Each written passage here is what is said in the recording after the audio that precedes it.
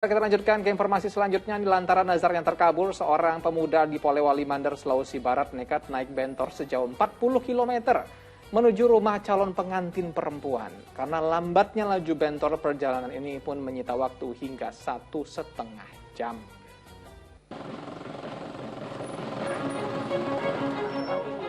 Calon pengantin pria di Polewali Mandar, Sulawesi Barat bernama Abdul Halim ini nekat menggunakan bentor menuju rumah calon pengantin perempuan. Hal ini dilakukan Halim lantaran ia telah bernazar. Jika berhasil mempersunting pujaan hati, maka ia akan menggunakan bentor pada hari pernikahan. Lambatnya perjalanan bahkan memakan waktu 1,5 jam dari rumah Halim ke rumah calon istrinya di Kelurahan Madate, Kecamatan Polewali. Selain bernazar, diketahui juga bahwa Halim ternyata tidak terbiasa menggunakan kendaraan umum. Oleh karenanya ia menggunakan bentor sebagai kendaraan alternatif. Sebagai seorang anak muda yang sudah lama bujangan, dia bernasihat kalau saya kawin, insyaallah naik bentor sampai ke mempelai perempuan. Namun cukup disayangkan ramainya keluarga dan masyarakat yang mengantar dan menyaksikan prosesi pernikahan ini menyebabkan kerumunan.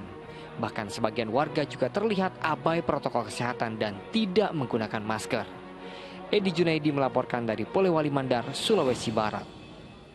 Masya Allah, kita ucapkan selamat terlebih dahulu kepada Bapak Abdul Halim yang berhasil mempersunting wanita pujaannya. Selamat Pak, semoga sakinah mawaddah warahmah, ya luar biasa. Nah Pak Ustadz, mungkin kita masih banyak masyarakat yang belum tahu nih Ustadz, apa itu nazar dan apa hukumnya bernazar nih Ustadz? Seperti Bapak Abdul ini Pak Ustadz. Ya Mas Asran, tentu kita doakan barakallahu laka barakalaika wa jama' bainal khair ya. Mudah-mudahan tetap harmoni, sakinah mawaddah warahmah. Amin ya rabbal alamin. Nazar itu adalah janji kepada Allah untuk melakukan atau meninggalkan sesuatu perbuatan. Apakah perbuatan itu baik dan buruk? Inilah terminologi bahasa. Namun bernazar itu dipatok. Bernazar adalah terhadap sesuatu yang dibolehkan saja, sesuatu yang itu juga disyariatkan oleh Allah Subhanahu wa taala. Tidak boleh bernazar untuk maksiat. Kata Nabi, siapa yang bernazar untuk melakukan kemaksiatan, maka tinggalkanlah nazar tersebut meskipun itu janji. Tapi kan janjinya kepada Allah dan Allah tidak menghendaki kemaksiatannya dijalankan. Biasa saya nazar, kalau demikian saya akan berbuat jahat. Tidak boleh ditunaikan meskipun itu nazar dan janji. Allah menetapkan janjinya kepada Allah hanya untuk kebaikan-kebaikan. Atau yang kedua, untuk perbuatan-perbuatan yang mubah. Nah, seperti ini kan mubah. Ya silakan saja kalau memungkinkan.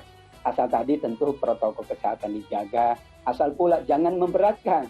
Jangan sampai kemudian dia bernazar memberatkan dan akhirnya maaf misalnya perjalanannya panjang dan akhirnya dia sakit. Na'udzubillahi min dzalik. Karenanya secara hukumnya bernazar itu mubah.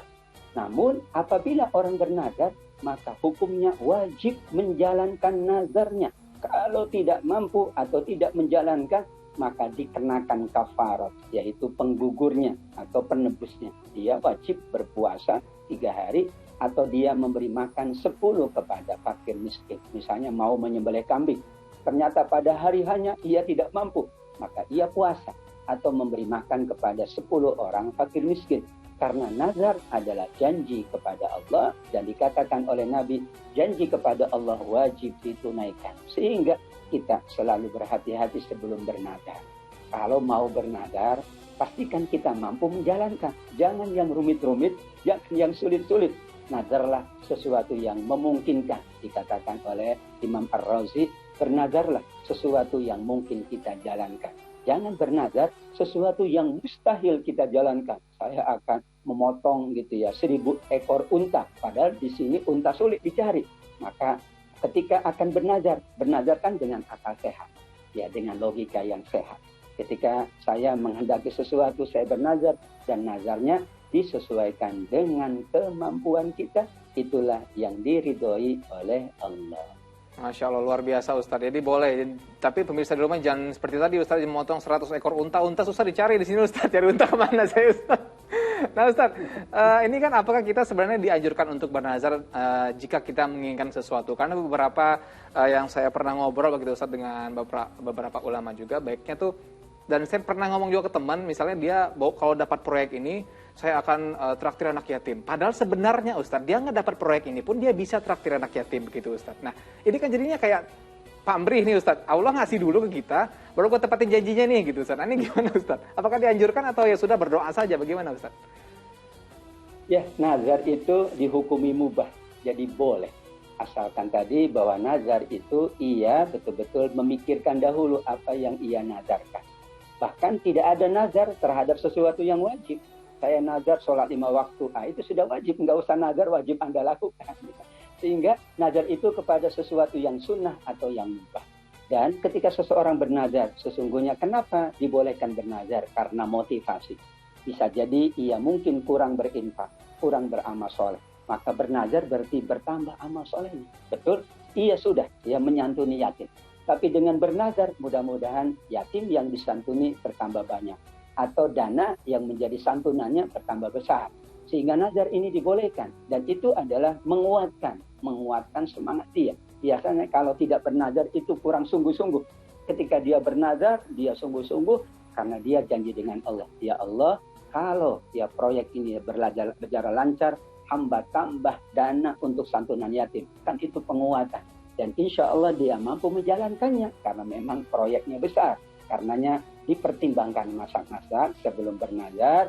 Dan nazar itu adalah sesuatu yang baik manakala betul-betul itu memotivasi, memompa semangat dan menjadikan ia sungguh-sungguh untuk merealisasikan cita-citanya. Cita-citanya bab dunia, tapi nazarnya dengan Allah. Dan untuk urusan dunia, ya santunan atau memberikan bantuan atau bersama teman-temannya. Saya traktir semua teman-teman saya kalau saya lulus misalnya ujian dan sebagainya, dibolehkan. Mudah-mudahan itu menjadi tambahan dari amal solehnya di sisi Allah. Amin ya rabbal alamin. Ustaz, ini saya disuruh next pertanyaan nih sama produser ya, tapi saya mau satu lagi Ustaz. Nah, kalau misalnya kita bernazar nih Ustaz, ingin dapat sesuatu impian kita begitu Ustaz, apakah dengan nazar ini doa kita jauh lebih cepat nyampainya atau sama aja Ustaz? Ya, pandangan para ulama bernazar ini wasilah media untuk pertama menguatkan hubungan kita dengan Allah. Maka kan nazarnya kepada Allah. Sama dengan kita dengan teman. Kalau kita melafadzkan, karenanya nazar itu harus dilafadzkan, tidak boleh dalam hati. Ya Allah, saya bernazar akan melakukan ini kalau engkau penuhi hajat dari hamba. Pertama, karena dia mengikat dirinya dengan Allah, maka Allah akan menolongnya sehingga doanya lebih mustajab. Yang kedua, nazar itu kan mengikat dengan manusia. Selalu ada manusia yang ditolong, selalu ada manusia yang dibantu. Maka Allah suka kalau kemudian orang ketika sukses, ia lebih banyak membantu sahabat-sahabatnya. Wallahu fi aunil abdi, madamal abdu fi auni akhi. Allah suka menolong hambanya kalau hamba itu selalu berusaha menolong sesamanya. Sangat positif. Karenanya ketika bernazar, insya Allah lebih mustajab. Allah akan memenuhi dan itu janjinya dia dengan Allah, tapi pula ada janji dia dengan sesama. Insya Allah dengan nazar yang positif kita segera mustajab gitu doanya Ustaz. Amin ya rabbal alamin. Alhamdulillah, terima kasih Ustaz Atabik atas waktu dan tausiah yang diberikan untuk seluruh pemirsa Ajwa TV. Luar biasa Ustaz. Sehat selalu Ustaz. Assalamualaikum. Waalaikumsalam warahmatullahi. Amin ya rabbal alamin.